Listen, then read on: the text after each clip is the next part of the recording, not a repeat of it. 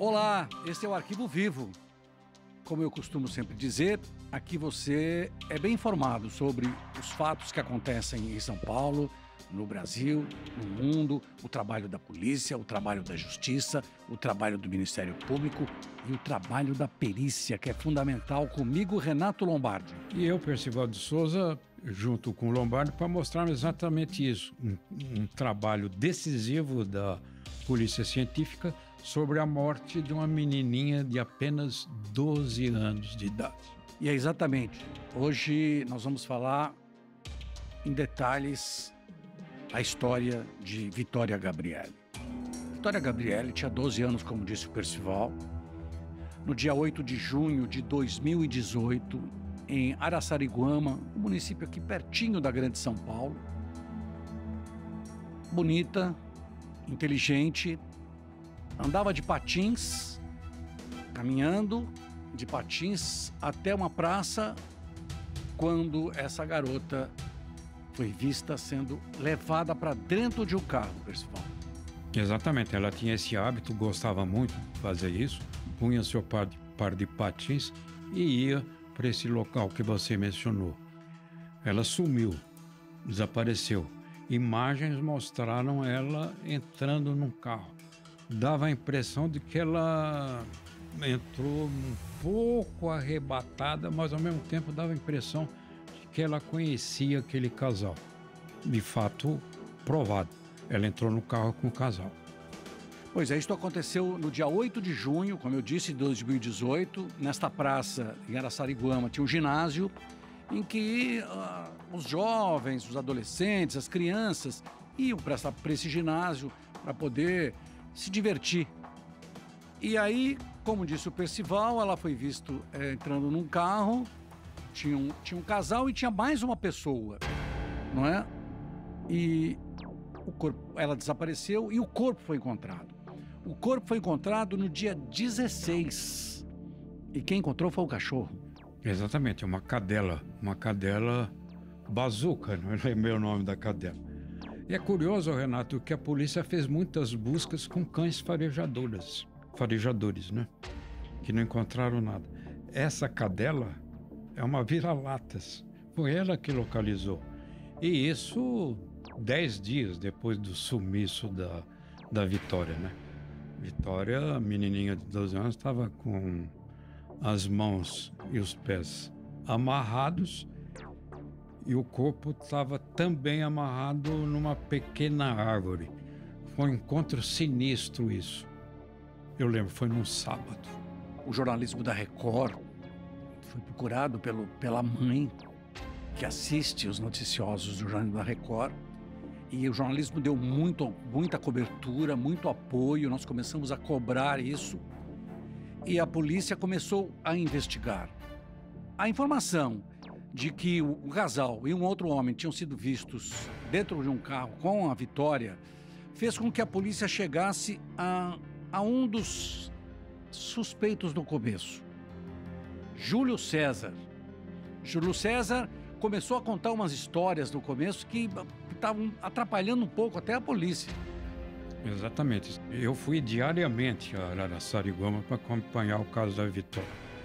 Quando esse Júlio César foi detido, eu vi que era uma figura estranha, não só pelas contradições que você mencionou, como também pelo jeito dele. Ele ficava com a língua de fora a maior parte do tempo, Lombardi. Uma coisa em que tinha a língua para fora, uma hora diz uma coisa, outra hora diz outra, mas enfim, as coisas foram se canalizando para ele, principalmente depois que entrou a perícia, como você mencionou, a valorização da perícia, que encontrou fragmentos de pele sob as unhas do Júlio. Aí não teve mais como negar nada. Como a gente fala aqui sempre, não é? Aqui você sabe de detalhes, como esse é um detalhe que você pode ter ouvido, você pode ter lido na ocasião, fatalmente passou desapercebido. E é um detalhe que a perícia, quando faz esse levantamento todo, chega no Júlio e ele começa a contar. Ele conta uma história, depois ele conta outra história. Mas aí quando ele conta, ele fala a respeito de um casal, as coisas começam a ser encaminhadas. E ele fala assim, não, quem sequestrou, quem foi lá procurar foi o Bruno Oliveira e a Maiara Brantes. E eles tinham ido lá ao casal para procurar uma garota que não era a Vitória. Exatamente. Aliás, esse Júlio aí, o Lombardi, eu conversei com ele várias vezes. Aliás, tentei conversar. Porque conversar com ele é uma coisa praticamente impossível. Não porque ele não queira falar. Ele era um caricato, né? É um cara, assim, grotesco, uma coisa incrível. Mas, de qualquer forma, mesmo falando de maneira desconexa, os interrogatórios prestaram muita atenção nisso. Quem investigou isso foi uma delegada, uma mulher de Araçariguama, que foi juntando as coisas.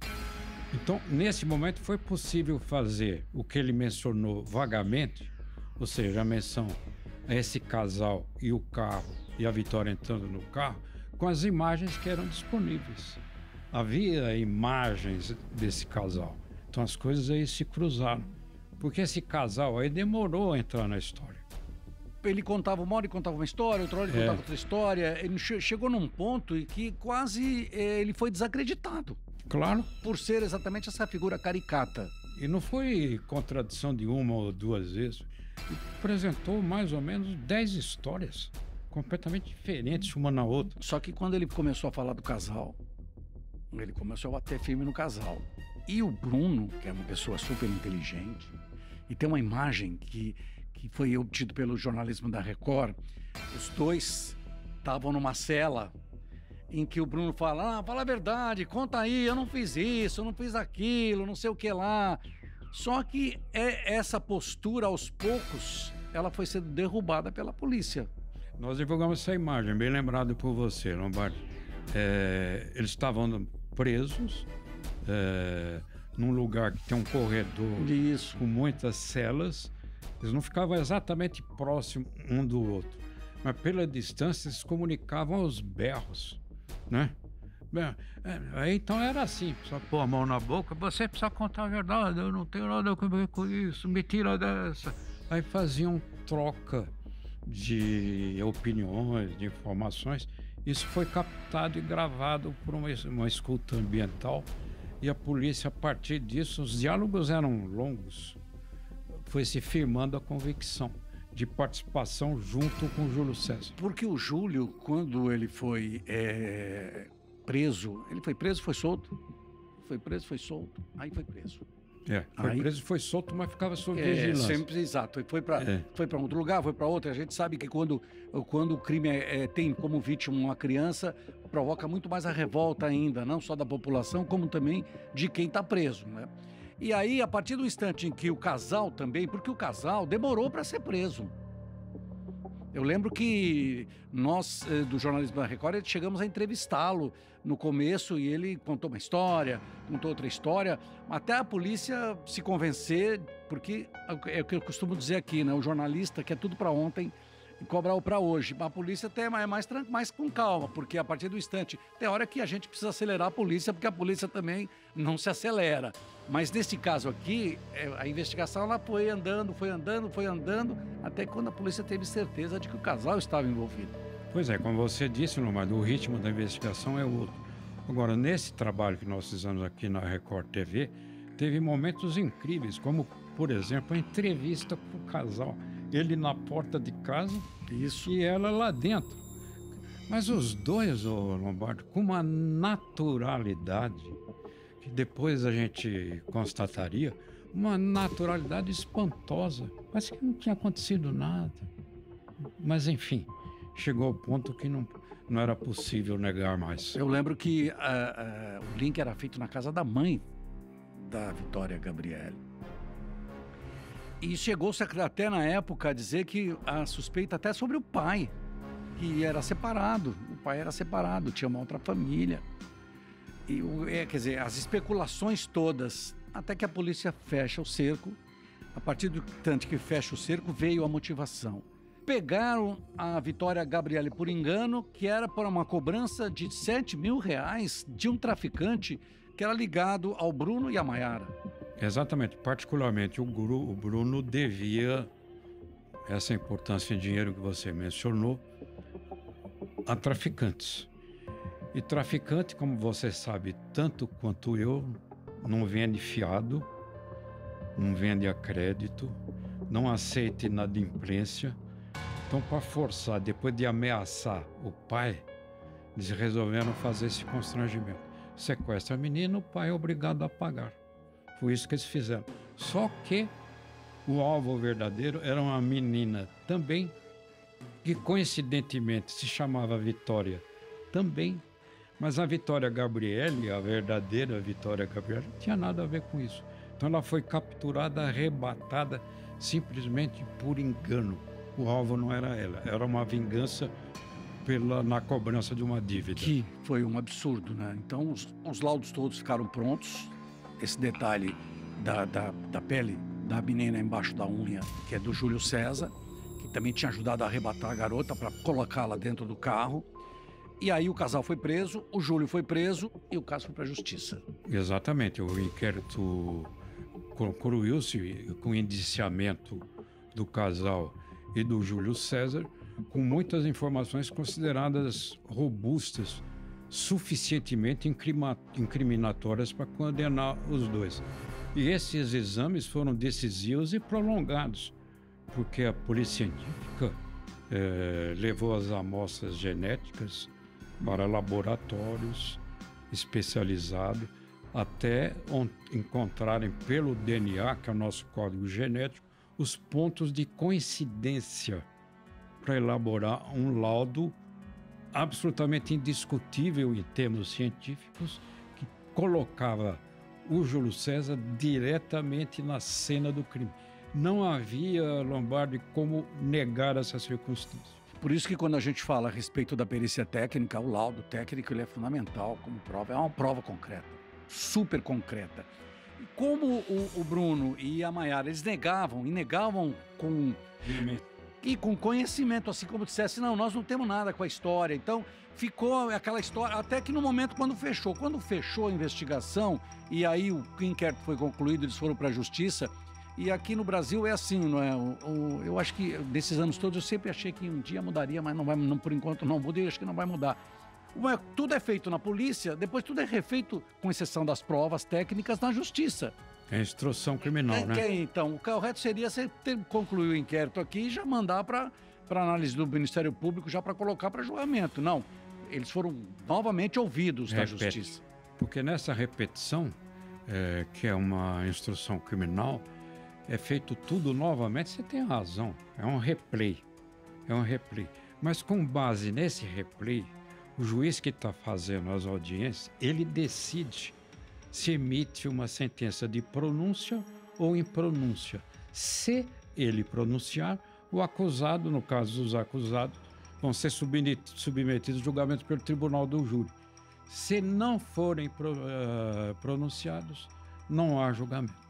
E eles foram levados a julgamento por homicídio, por sequestro e por ocultação de cadáver. E aí o Júlio foi condenado a 34 anos. O Bruno foi condenado a 36 anos e 3 meses e a Maiara a 36 anos. E o julgamento, Lombardi, foi fechado. Naquela época estava no auge a epidemia da Covid, então não teve público, não teve espectador, nem os pais da Vitória Gabriela puderam assistir, nem amigos, nem parentes. Só estavam lá quem era obrigado a estar lá, o juiz, o promotor, o advogado e o réu, evidentemente. Mas ninguém, Lombardi. O que, aliás, causou uma grande frustração, principalmente para os pais. Para a mãe e para o pai, né? Porque que gostariam de assistir o veredito. Aí, essa história, ela é contada aqui, você contada em detalhes, são coisas que você tinha ouvido, mas não com tantos detalhes. E até hoje, eu quando vejo aquela cena da garota andando de patim por uma rua tranquila, eu fico pensando, olha, e a gente já caminhou muito nessa estrada, como é que um ser humano tem coragem de tirar uma vida nessas condições para cobrar R$ 7.000, para dizer para você não pagou, você vai sofrer. E a gente pensa isso que você mencionou, Lombardi, muito bem, com apreensão, porque você chega no seu íntimo a várias conclusões. Mas a menina vai se divertir. Uma menina de 12 anos, inofensiva, fazendo o que gosta, andar de patins. Aí você, entre outras conclusões, você fala assim, nós vivemos num mundo que até andar de patins na rua é perigoso. Isso é sinistro, Lombardi, é preocupante. É o que você falou. Você não sabe até que ponto a mente humana é capaz de chegar. E aí o traficante foi identificado, chama-se Odilon Alves, e ele foi ouvido pela polícia. Ele disse, olha, eu não tenho nada com essa história. Mandei cobrar, mas não mandei matar. E não houve nenhuma prova contra ele. É isso. Até a próxima.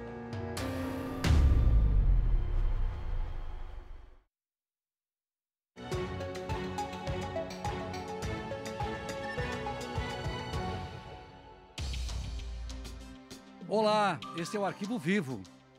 Como eu costumo sempre dizer, aqui você é bem informado sobre os fatos que acontecem em São Paulo, no Brasil, no mundo, o trabalho da polícia, o trabalho da justiça, o trabalho do Ministério Público e o trabalho da perícia, que é fundamental, comigo, Renato Lombardi. E eu, Percival de Souza, junto com o Lombardi, para mostrar exatamente isso. Um trabalho decisivo da Polícia Científica sobre a morte de uma menininha de apenas 12 anos de idade.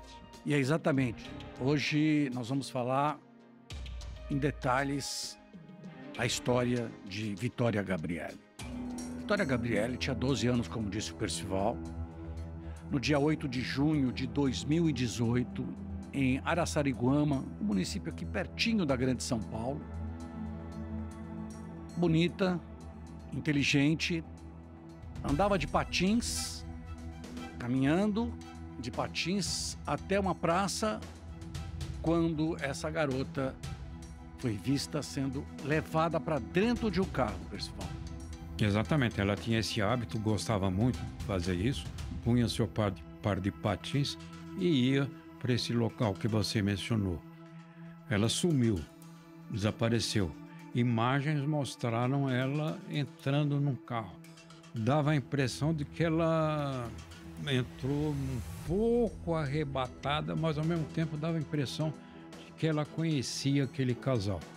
De fato, provado. Ela entrou no carro com o casal.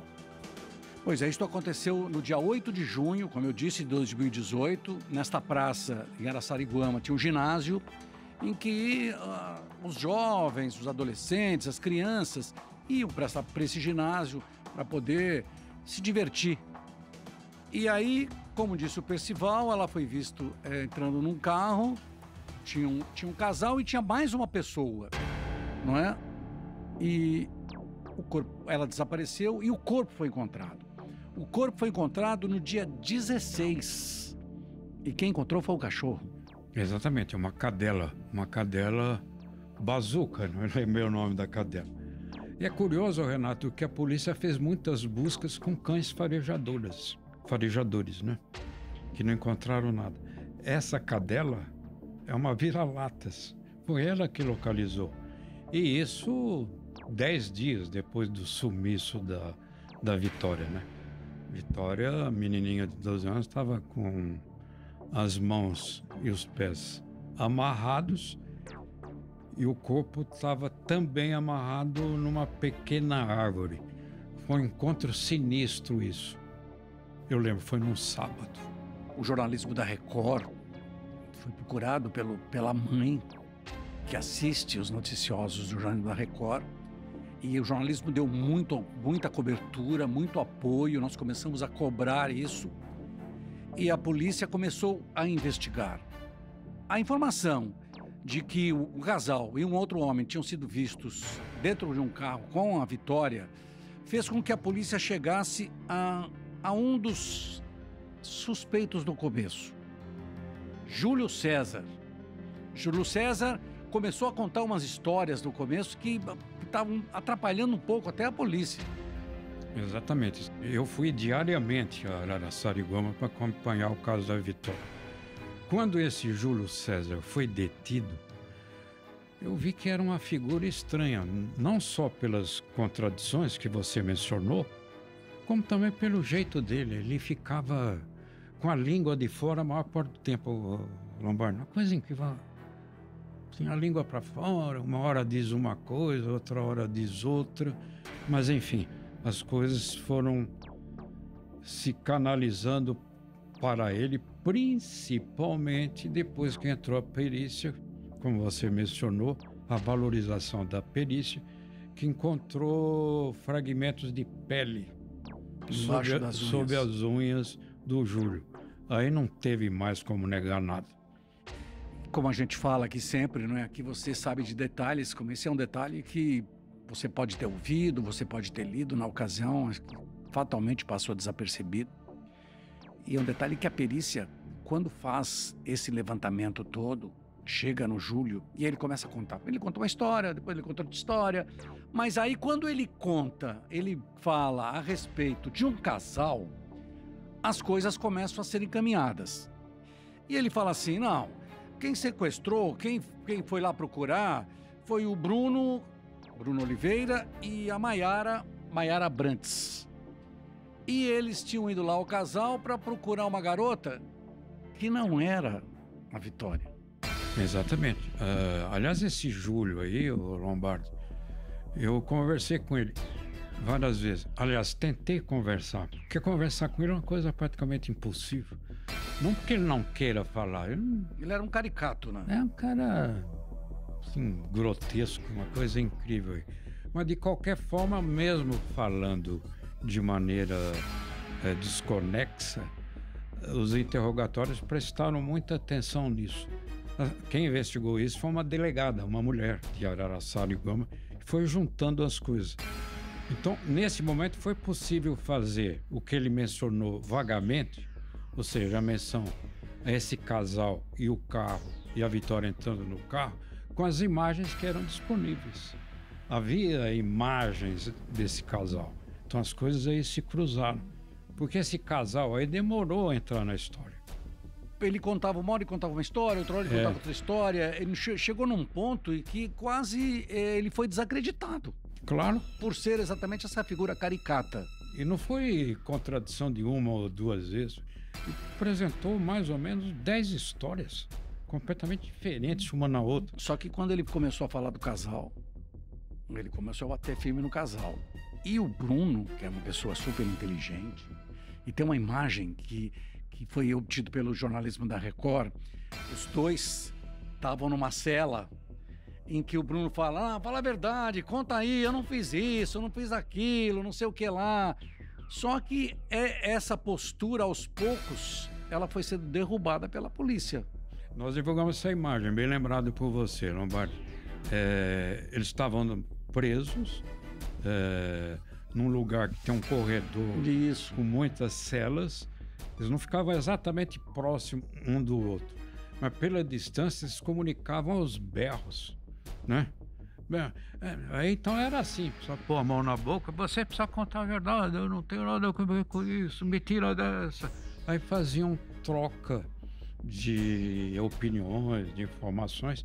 Isso foi captado e gravado por uma escuta ambiental, e a polícia, a partir disso, os diálogos eram longos, foi se firmando a convicção de participação junto com o Júlio César. Porque o Júlio, quando ele foi preso, ele foi preso, foi solto, foi preso, foi solto, aí foi preso.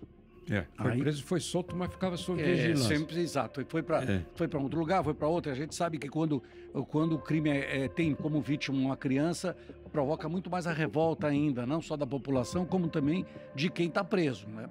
E aí, a partir do instante em que o casal também, porque o casal demorou para ser preso. Eu lembro que nós, do jornalismo da Record, chegamos a entrevistá-lo no começo e ele contou uma história, contou outra história, até a polícia se convencer, porque é o que eu costumo dizer aqui, né? O jornalista quer tudo para ontem, e cobrar o para hoje. A polícia até é mais com calma, porque a partir do instante, tem hora que a gente precisa acelerar a polícia, porque a polícia também não se acelera. Mas nesse caso aqui, a investigação ela foi andando, até quando a polícia teve certeza de que o casal estava envolvido. Pois é, como você disse, Lombardi, o ritmo da investigação é outro. Agora, nesse trabalho que nós fizemos aqui na Record TV, teve momentos incríveis, como, por exemplo, a entrevista com o casal. Ele na porta de casa e ela lá dentro. Mas os dois, Lombardi, com uma naturalidade, que depois a gente constataria, uma naturalidade espantosa. Parece que não tinha acontecido nada. Mas, enfim, chegou ao ponto que não era possível negar mais. Eu lembro que o link era feito na casa da mãe da Vitória Gabrielli.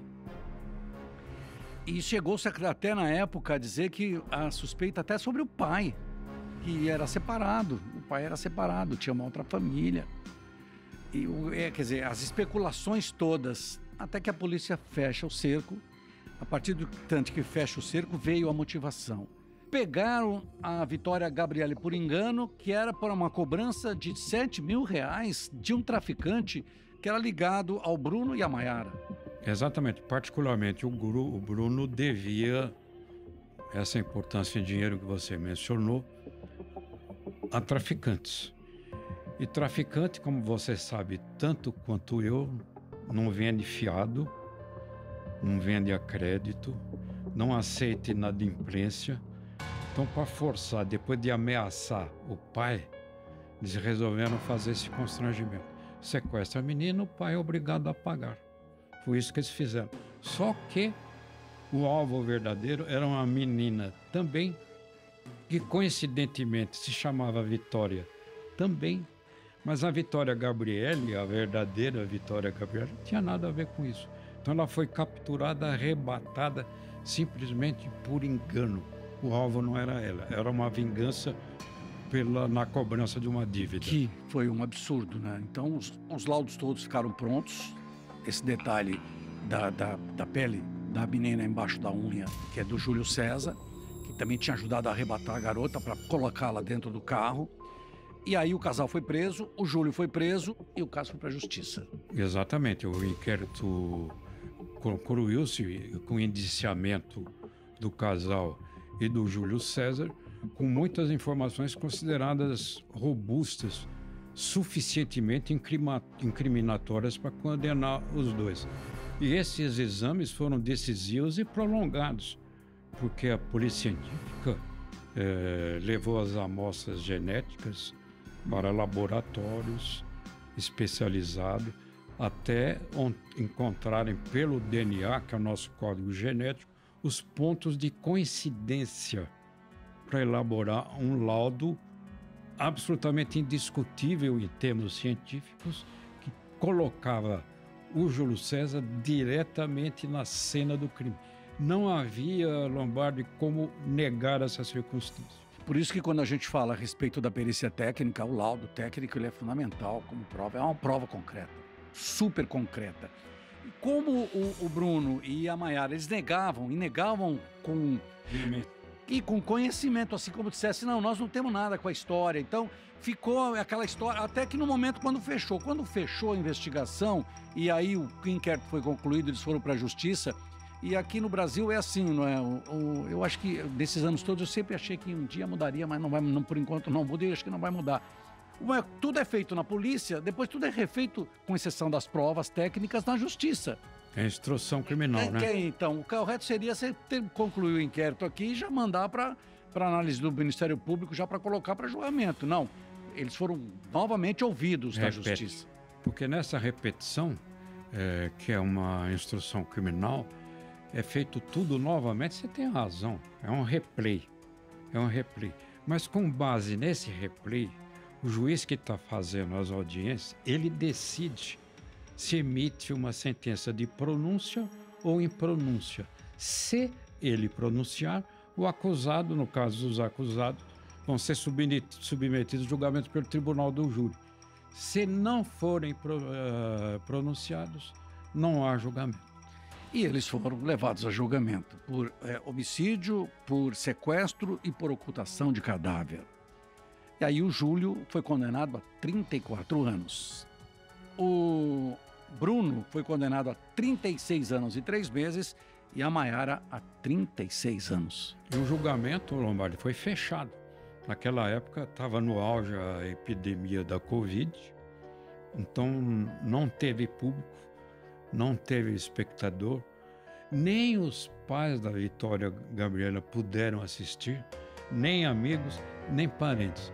Só estavam lá quem era obrigado a estar lá, o juiz, o promotor, o advogado e o réu, evidentemente. Mas ninguém, Lombardi. O que, aliás, causou uma grande frustração, principalmente para os pais. Para a mãe e para o pai, né? Porque que gostariam de assistir o veredito. Aí, essa história, ela é contada aqui, você contada em detalhes, são coisas que você tinha ouvido, mas não com tantos detalhes. E até hoje, eu quando vejo aquela cena da garota andando de patim por uma rua tranquila, eu fico pensando, olha, e a gente já caminhou muito nessa estrada, como é que um ser humano tem coragem de tirar uma vida nessas condições para cobrar R$7.000, para dizer para você não pagou, você vai sofrer. E a gente pensa isso que você mencionou, Lombardi, muito bem, com apreensão, porque você chega no seu íntimo a várias conclusões. Porque a menina vai se divertir, uma menina de 12 anos, inofensiva, fazendo o que gosta, andar de patins. Aí você, entre outras conclusões, você fala assim, nós vivemos num mundo que até andar de patins na rua é perigoso. Isso é sinistro, Lombardi, é preocupante. É o que você falou, você não sabe até que ponto a mente humana é capaz de chegar.